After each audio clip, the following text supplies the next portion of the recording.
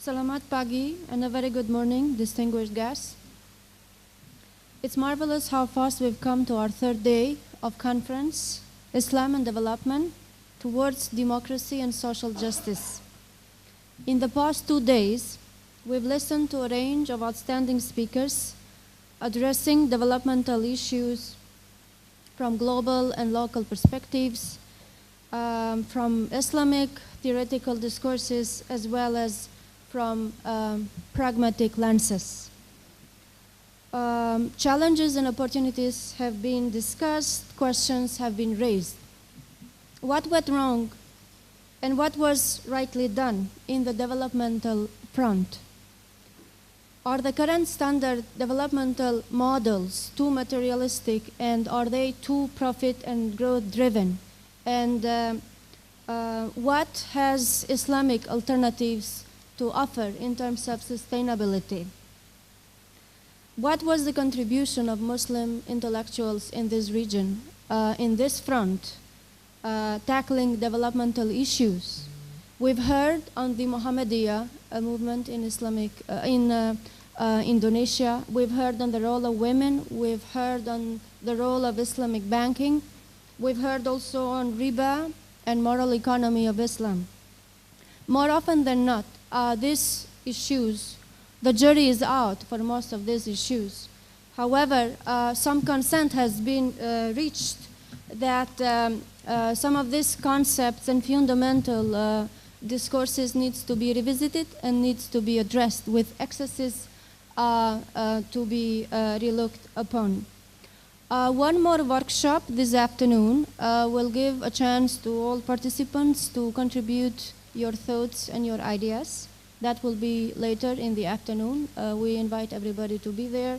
But for now, let's tune in to our forum moderated by Dr. Farouk, The Vision of Islamic Development. Are we on the right track? Join me in welcoming our guests.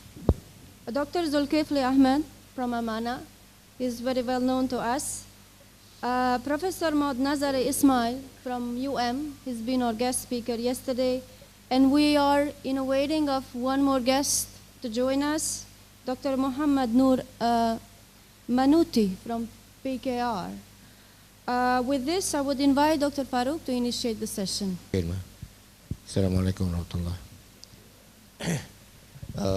We are basically starting our last session of 3 days, 2 nights conference over here, and it's a forum on the vision of Islamic development in Malaysia. Are we on the right track? We are basically focusing more on Islamic development in this particular forum rather than the more wider scope of development that we discussed for the past 2 days.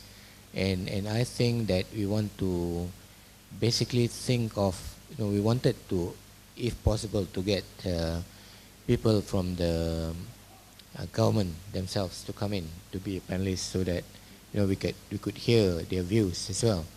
Because basically, I think it would be how do I say?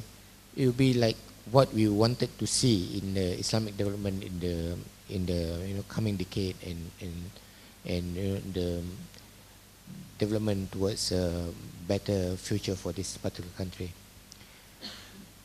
I think all of us know that, like the current budget of the JAKIM has been, I think they've increased to almost 1 billion budget, and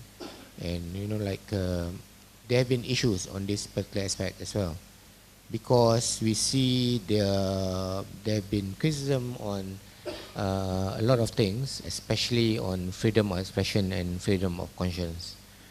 When somehow or other this idea of diversity is not very well embraced by the current bureaucrats or Islamic democrats in this particular country. Why I have to say that is because that we have seen that even during Friday prayer, certain sects were demonized in this particular country. And I think this phenomenon is not only in this region, but also globally as well, in the Middle East as well.